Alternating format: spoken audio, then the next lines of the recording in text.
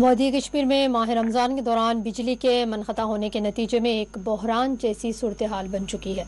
इस हवाले से आवाम और हुकाम का क्या कहना है, ये जानते हैं। इस वक्त हमारे नुमाइंदे शबनम फयाज फ़ोन लाइन पर रास्त जम्मू कश्मीर से हमारे साथ मौजूद हैं।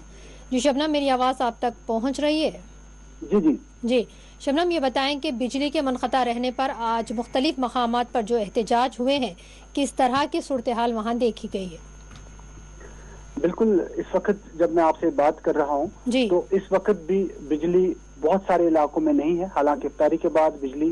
होनी चाहिए और यही हाल शहरी का भी है। जब मुतबरक अयाम है तो इन अयाम में भी जब आवाम को बिजली दस्तयाब ना हो तो ये जाहिर सी बात है हुकूमत की सरासर नाकामी समझी जाएगी, क्योंकि जब भी इस तरह का बहरान सामने आता है तो सरकार पे ही सारी नजरें टिकी होती हैं। 2014 में सैलाब आया तो उस वक्त की मुरब्बा सरकार को नाकाम करार दिया गया कि लोगों तक वो नहीं पहुंच पाई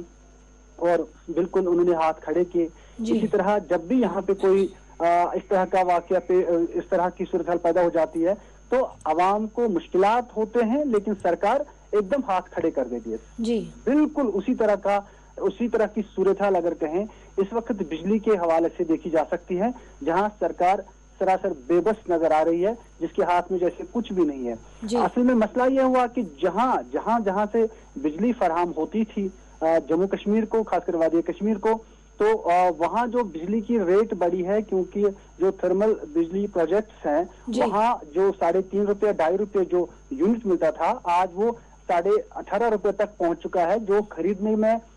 कामयाब नहीं हो पा रही है यहाँ की हुकूमत। और इसको देखते हुए यहाँ लोगों को परेशानियां हैं। अब जितनी बिजली यहाँ की है 700 तक हमारे पास जो हम यूनिट ये जो मेगावाट पैदा कर सकते हैं उससे कुछ नहीं होने वाला, क्योंकि 1500 तक यूनिट जो है वो इस वक्त जरूरत है जम्मू कश्मीर को। तो जाहिर सी बात है इसकी वजह से आवाम को तकालीफ झेलनी पड़ रही है और इन मुतबरक अयाम में, और हुकूमत जो है वो बेबसी के आलम में सब कुछ देख रही है। यही वजह है कि आज वादी कश्मीर के हर जिले से लोगों का एहतजाज देखने को मिल रहा है बिजली को लेकर सरकार के खिलाफ, और सरकार कुछ नहीं कर पा रही है। अब देखना ये होगा कि कब तक इस तरह की सूरत हाल जो है वो बेहतरी की तरफ लौट आएगी। लेकिन जहां तक देखा जा सकता है क्योंकि जितनी यहाँ पे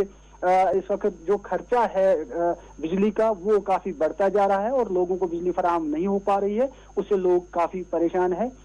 जिसकी वजह से हुकूमत पे भी दबाव है। और यहाँ लोगों ने कई बार, या जो अपोजिशन लीडर हैं उनका यही मानना है कि जिस तरह सरकार दिल्ली से लेकर यहाँ तक यही कह रही थी कि अब जम्मू कश्मीर की सूरत हाल तब्दील हो जाएगी, और देखने में यही आ रहा है कि हर वक्त जब भी इस तरह की सूरत हाल पैदा हो जाती है, पुरानी सरकारें हों या इस वक्त की सरकार, आवाम को मुश्किलात से निकालने में नाकाम ही रही है। जी, महकमे की जानिब से क्या वजूहात इसके लिए बताई जा रही है और क्या उम्मीद की जा सकती है कि बरक़ी के इस बहरान से निमटने के लिए फौरी क्या इक़दाम उठाए जाएंगे? जैसे मैंने पहले ही कहा कि जो कोयले से जो प्रोजेक्ट चल रहे थे बाहर, उनका कोयला जो है वो रूस और यूक्रेन से आता था, और जब जंग वहां पे हुई उसकी वजह से उसमें कमी वाक़या हुई, रेट यहाँ पे बढ़ा, जो हम नहीं दे पा रहे हैं, जो हमारे पास इतनी सकत नहीं है कि हम उस खर्चे को बर्दाश्त कर सकें। और यही वजह है कि लोगों को फिर मुसीबत में ही छोड़ा जाता है कि वो बर्दाश्त ही करें, क्योंकि हमारे पास इस तरह के वसाइल नहीं है। यहाँ पे एक गैस टरबाइन भी था पापुर में वाका, उसको चालू करने के लिए भी सकत नहीं है। और देखा यही जा सकता है कि जब आपके पास इतने वसाइल है ही नहीं जिससे आप ये खरीद सके और लोगों को आराम दे सके, तो इसमें कोई भी महीना हो, कुछ भी हो, आम लोग हों, सिर्फ हम इस पर ये नहीं कहेंगे कि मुतबरक अयाम है तो बिजली नहीं है। अगर कहीं कोई भी महीना हो, बिजली बहुत जरूरत है स्टूडेंट्स को, हमारे अस्पतालों को, हमारे अहम जो जितने भी यहाँ पे शोबाजात हैं उनको बिजली की जरूरत है, और आम लोगों को लगातार इसकी जरूरत है। और बिजली ही वो चीज है जिससे तवानाई हम कहते हैं, और उस तवानाई से बहुत सारे शोबे उस पर निर्भर करते हैं, उसी पे डिपेंडेंट रहते हैं। तो जाहिर सी बात है जब बिजली नहीं है तो सारे प्रोजेक्ट्स जो है उसमें परेशानी पैदा हो जाती है, और आम लोगों को जब शाम के वक्त बिजली ना हो तो उनको मजीद मुश्किलात का सामना करना पड़ता है। जी बिल्कुल। और ये बताएं कि सामा से जो बस लौटी है पटन में जो हादसे से 2-4 हुए, इससे मुतालिक क्या ताज़ा अपडेट है आपके पास? बिल्कुल, ये रीची पटन डिस्ट्रिक्ट बारामूला नॉर्थ कश्मीर की तरफ ये बस जा रही थी, जो वज़ीर-ए-आज़म नरेंद्र मोदी जी जो کل پالی سانبا میں جموں ڈویژن میں خطاب کر رہے تھے ایک بڑی کانفرنس سے، تو اس حوالے سے جتنے بھی وہاں 5 سرپنچ مختلف علاقوں سے گئے تھے، واپسی پہ ایک SRT کی بس جب نارتھ کشمیر کے بارامولہ پٹن پہنچی تو وہاں حادثہ اسے پیش آیا ایک ڈمپر کے ساتھ، اور اس سخت حادثے میں ایک سرپنچ جو گلگام کپوارہ کے رہنے والے ہیں فیاض احمد، اس کی موت واقع ہوئی، شدید چوٹیں آئی ہیں، اور اس میں کئی ایک جو عوامی نمائندے اس طرح کے ہیں ان کو